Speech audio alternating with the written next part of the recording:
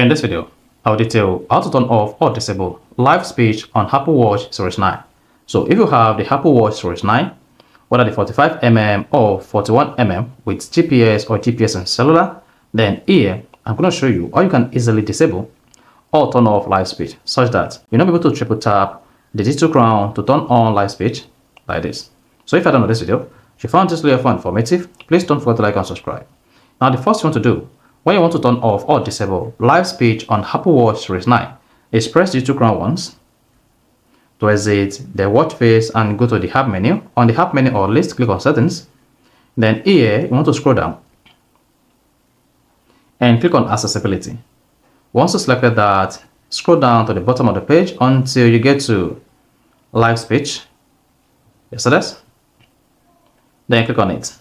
Now once you click on live speech, you should see the live switch turned on. Now to disable this, just turn this off. Then that's all you need to do to disable live speech on Apple Watch Series 9. So if you found this video informative, please don't forget to like and subscribe.